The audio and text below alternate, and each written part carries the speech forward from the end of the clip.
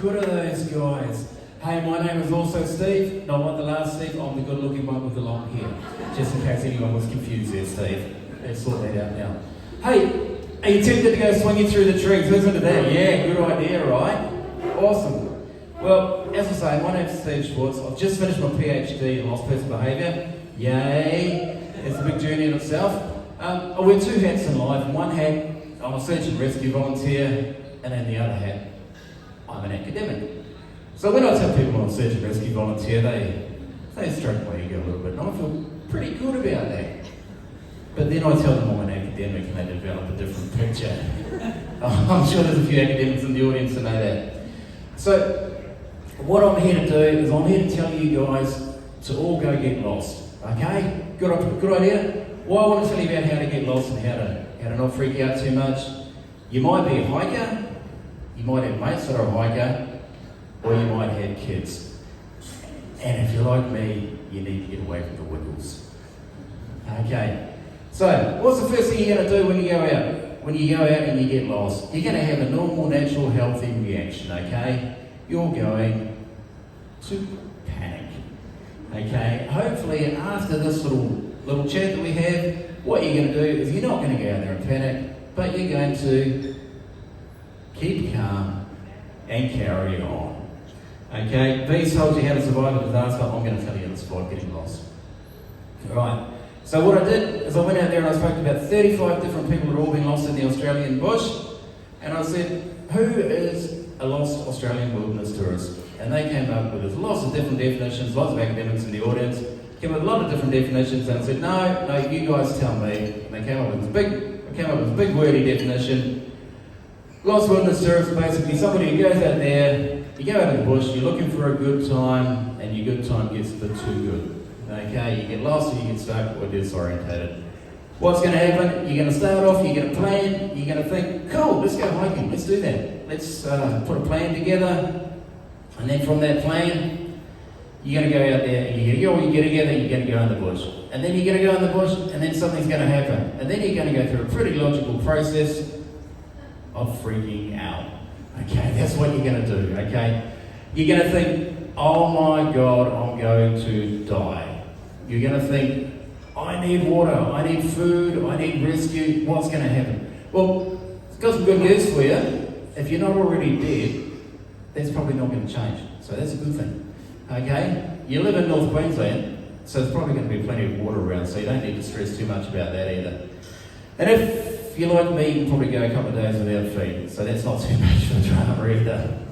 Okay? And the other reality is you're going to get rescued, or you're going to rescue yourself within about 24 hours, so it's not going to be too much of a drama. And coming back to the whole fear of death, as I say, I interviewed 35 people in my studies, and I'm good, but I'm not that good. And Ouija boards do freak me out a whole lot anyway. Okay? So let's look at what does a normal lost wilderness tourist look like in Australia? Okay, but perhaps not quite like that, but I do get lost a couple of times during my research, okay? So a normal lost wilderness tourist is going to look a whole lot more like these guys. Just a normal, healthy, active person out there, you're going out, you're looking for a good time, and something goes wrong. It's like driving a car, you know, if you drive your car, sometimes the car's going to crash. You don't want it, but it's just part of life. What you shouldn't do is take it as too big a deal, okay? What's going to happen is when you do get lost, are there any Kiwis in the audience? Yeah, those Kiwis, we're really good at getting scared in the Australian bush, right? We know that the snakes out there, and the whole intention of every snake in Australia is to go run around with a gun under one arm and a gun under the other arm and go kill a Kiwi. We know that. That's when we come over here. You're also going to freak out that you're going to die, you're going to freak out that life's going to get tough, and then you're going to start going, oh, well, I'm not really, you know, what about my friends, what about my family? You're going to start stressing about that, you're going to start thinking, how much am I going to pay for this rescue operation, the $10,000 helicopter that everybody hears about, and you're going to start having all these concerns going through your head. I think we should start parking those ideas, and instead of thinking about that, we're not going to die, we're probably going to get a little bit cut and scratched, that's not too much of a drama, we're going to survive, And what we could do if we didn't go hiking is we could probably have more of a movie star lifestyle. We could sit on the couch, we could eat burgers, we could drink beer, and we could look like a movie star, right? So, really good idea. Get out there, live a healthy, happy life. All right, big one. So, first question I get asked, every time I say, look, I went to lost person behaviour, everyone says, what are the 3 items that you need to take with you when you go in the bush, right? Everybody's heard of that list. Okay, and we get a list that looks a little bit like this. And we think about GPS units, and we think about compasses and matches, and all of those sorts of good things. And they're all good things, absolutely they're good things. But, I don't know, last time I got lost, it wasn't something I planned on doing. I don't know if anybody here planned on having a car crash on the way out here, right? So, you're probably not going to have all of that stuff. Your battery's going to go flat on your phone, you're going to leave your GPS unit. Somebody told me that you can leave your GPS unit by your bed when you go for a run.